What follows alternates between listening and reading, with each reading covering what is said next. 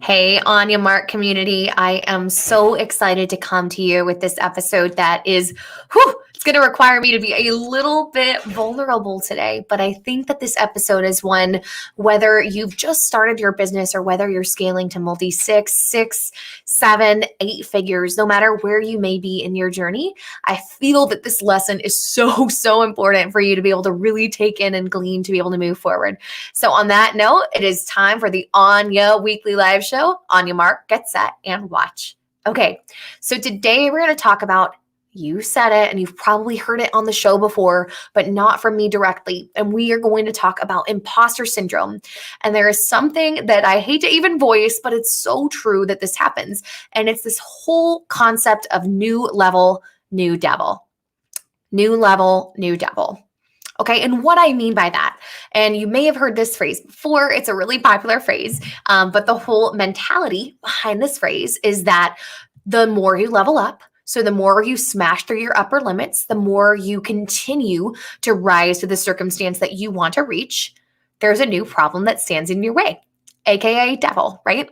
So no matter how hard you work, there's always going to be some kind of quote unquote devil that's going to get in your way and that is going to be a barrier or some kind of catalyst of force that feels like it may be operating against you to be able to smash through to the next level that you want to hit. Otherwise known, I would prefer to say the word upper limit as coined by Gay Hendricks instead of calling it a devil, right? But you get the idea. And so often what I see happen in our companies is this whole moving target mentality. And what I mean by that is so often entrepreneurs, and I am so guilty of this and have to keep this in check for myself as well. But we say, when I reach this milestone, then I'll relax and celebrate. When I achieve blank, then I'll relax. And so what we do is it's like we're running a marathon. Okay. And really running a business is running a marathon. It's not a quick sprint. There's a process, there's ebbs, there's flows. There's times where you feel really good when you're running the race. And there are other times where you just feel exhausted. You need to stop, you need to hydrate. And if you need to walk, and that's okay when you're training for this marathon. But what I am guilty of myself and what I see so many business owners do is they finish the marathon. Okay. They get all the way to the end of the marathon and they're like, oh, cool, I ran the marathon, I should be happy, right? No, they keep running because they thought when they crossed that finish line that they would finally be content. And the reality is a lot of times they're not. Atomic Habits is a book that I love and adore. And I think that phrases this really well, because a lot of times we think in our business that the goal is to reach 6 figures. The goal is to reach 7 figures. The goal is to hire your first-time team member. The goal is to be able to pay yourself $5,000 a month. Whatever that goal is, what I see happen so often, right, is we hit that milestone, whatever that milestone may be or hold weight for in our own terms. And what happens is when we reach that milestone, we're no longer content. And what I love about James Clear and what he says in Atomic Habits is that so often, right? And going back to my marathon analogy, a lot of times we think the goal is to run the marathon and the goal is to finish the marathon, but it's really not. The goal of running the marathon is to become a runner. It's to build an identity and to really build into your mindset and your skills the ability to run, to take care of yourself, to reach new heights, right? And the same goes with running a business. And so where this whole new level, new devil mentality can creep in and where it can lead to imposter syndrome is a lot of times we reach that next level and we set ourselves up for failure. And what I mean by that is we create this expectation that when we achieve, insert whatever milestone may be here, that then we'll rest and then we'll be happy. But the best way that you can combat this whole new level, new devil mentality is to make the goal about the journey. And I know that sounds cliche, and as somebody that is a speed demon, okay, listen, like everybody jokes with me and it's so true that I never have a foot on the brake. I always have when I drive, like people do not like to drive with me, okay, because I always have my foot on the gas pedal because I want to go and I want to move forward. And it's something that I love about myself, but also something I have to keep in check. And what I have had to learn to do in my own business to set myself up for success and to combat imposter syndrome is really to recognize that the goal for me is to become resilient.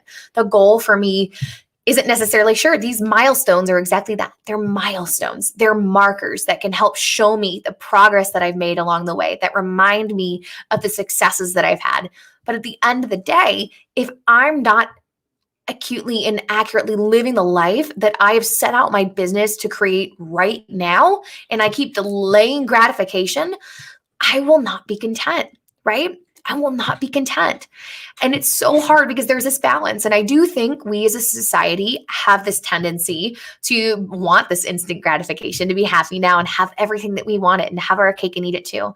And while that's one extreme, I think that there really is something to be said about finding ways to weave your business into your life now and not just working and working and working and working and working until you feel like you're going to die and doing all those things.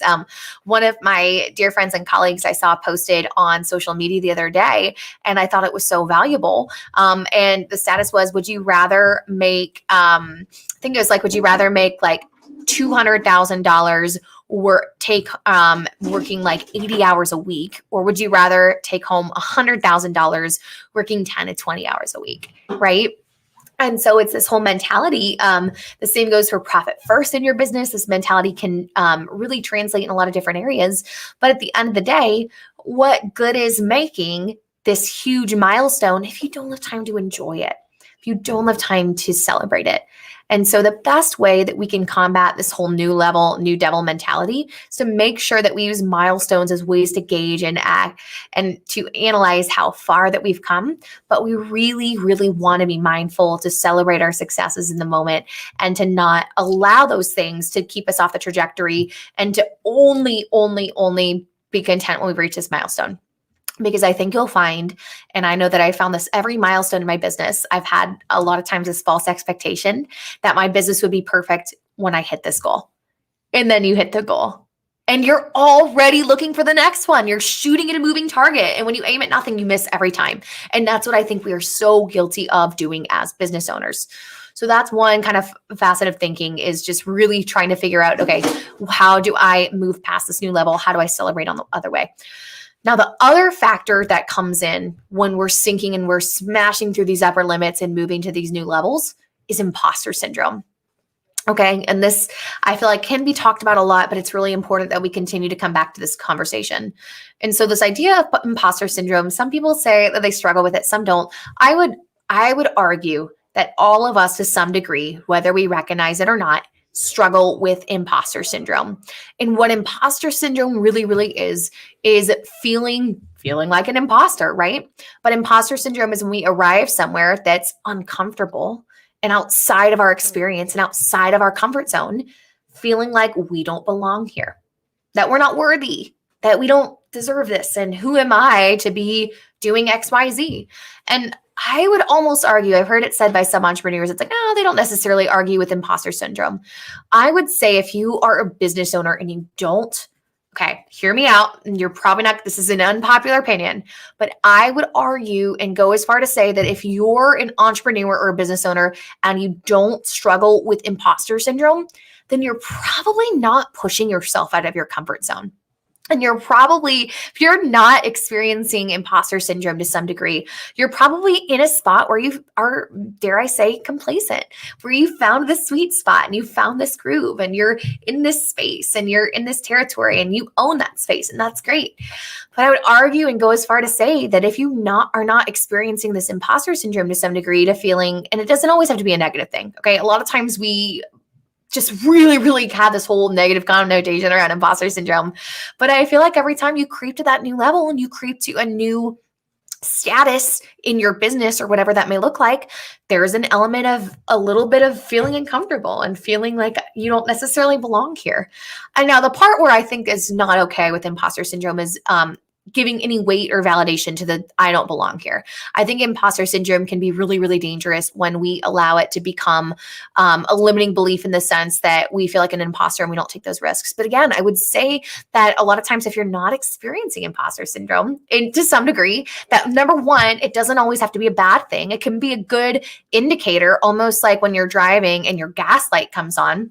I think having those feelings of who am I to be doing this can be humbling, and they can also remind us that we are stepping out of our comfort zone. We are shattering and pushing through upper limits. We are going after things that we've never done before. But where we need to be mindful is making sure that those beliefs don't inhibit us from taking the actions that we need to take to be able to move forward. And that's where imposter syndrome can really get a bad rap, and I think can be negative because it can really inhibit us from living out our full potential. And that's the side of imposter syndrome that we want to avoid. But I'm here to tell you that more often than not, if you're listening to this and you've felt or dealt with this imposter syndrome in any way, one, you're not alone. Two, it's completely valid. But what's really, really important, and I know that it sounds obvious, is to be aware of that. Okay. And to not dismiss this feeling of being an imposter, because it's usually your gut or your intuition trying to tell you something, and to acknowledge it and to hold space for, okay, I'm stepping into something I've never done before. There are people who have done this longer than me, whether it's true or not. And really to ask yourself the question is what I'm experiencing valid, or is it in my head? Because sometimes too, I am going to kind of give a lot of mindset coaches, gurus, whatever you want to call them, right? Are like, oh, just tell yourself that you can do it, right? Tell yourself that you belong here. And I'm going to push back a little bit and say sometimes, imposter syndrome is a sign that we may need a little bit more training, that maybe it's our gut telling us we probably could do a little bit more homework on this, or maybe we could explore this area to have the confidence. Other times it's completely us in our head. And so one of the questions that I like to ask myself is, am I experiencing imposter syndrome because of self-comparison? Or is there genuinely something that I can do and something that I need to learn at this new level to be able to step into the leadership role that I know that I need to? So for example, when you go back and look at the context of your own business, if you are the CEO or the leader of your company and you have a team working with you, or whether you don't have a team working with you, your business is at the cap of your ability. You are the bottleneck. And so if you're not growing, if you're not investing in your own strengths and your own talents, then how in the world are you supposed to be able to lead a team to surpass you? Unless you're an absentee owner and somebody else is really leading and stepping into that management leadership role for you, right? You are capping yourself. And so I think sometimes imposter syndrome can be a really healthy thing, because it's allowing you to see, yes, new level, new devil, there are new problems to figure out. And you also, where you don't want to let that imposter syndrome prohibit you from stepping into that role, but it can be an indicator, and it can be like your gaslight going on that, okay, I need some new tools here. I need some new strengths. I need a coach. I need resources. I need to solve these problems a different way, right? You need to be able to recognize that and to rise to the level that you're at instead of sinking back down to where you are. You really need to shatter through a lot of those limiting beliefs and allow yourself to step into that outside of your comfort zone and to step into, the business owner that you want to come. Because, and I've said this once in the group and I'll say it again, that so often we dictate our current and past circumstances and make decisions based off of them. And yet we wonder why we aren't where we want to be. And it's because we're solving tomorrow's problems with today's solutions. And I always want to beg the question, if you're not where you want to be today, then why are you repeating it? I know it's so cheesy, but again, and everyone uses this quote, but the definition of insanity is doing the same thing over and over again. I know you've heard that before. I know it's cheesy. I'm saying it again though, because in all seriousness, why are you repeating things and taking steps over and over again today that aren't yielding the result you want to come, right? We have to be growing. We have to be evolving. We have to be pushing new limits if we really want to achieve what our goals. And if you're content with where you're at today, then great. That's okay.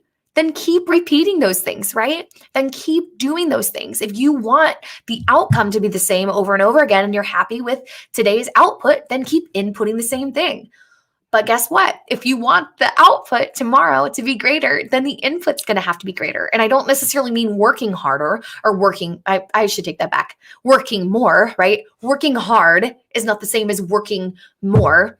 You can still work hard and have really productive time and energy instead of working more hours, right? You could have I'd rather have a really, really effective and hardworking 3-hour day than working 10 hours a day and getting nothing done. But you need to recognize that the input to get a greater output is going to require more. It might be more from you in the sense that you need to expand. It might be more from you in the education that you need to be able to increase that output. It might be more people that you may need to support you to increase the output. But if you want it's basic math. If you want the output to increase, the input has to increase, and you have to feed more into that. You cannot repeat the same investments, the same hires, the same things, and keep maintaining what you're doing today and solving tomorrow's problems the same way, because then you're just going to get today's result tomorrow. Okay. New level, new devil. If you're experiencing this, it's completely normal, and so is imposter syndrome. But my challenge to you is to really, really think, number one, is this imposter syndrome, or is this a warning sign that I need to expand? Because imposter syndrome is not always a bad thing. It is when we allow it to diminish our own worth and diminish our identity and to not take risks. But it can be a really good thing for us to really self-check and analyze where we're at and what is needed to continue becoming the person that we want to. And finally, it's normal. It's completely normal to step into a new level and have more problems and have bigger problems to solve. But I would beg to argue, if you're a business owner, you're in the business of solving problems. That's what entrepreneurship is. At the end of the day, if there wasn't a problem to solve, you wouldn't have a business, because everybody would be singing Kumbaya and we'd have world peace. So just remember that everything you're experiencing, if you've had these thoughts, is completely normal. It's completely valid. And sometimes you just have to push a little bit outside of your comfort zone to be able to really step into the person you want to become. All right. Well, Onya fam, I hope that this episode brought you so much value, and I hope that it allows you to go into your day supercharged and just ready to take whatever comes at you. We'll see you next week, and get ready, because it's time to, on your mark, get set, and let's go. Talk soon, everyone.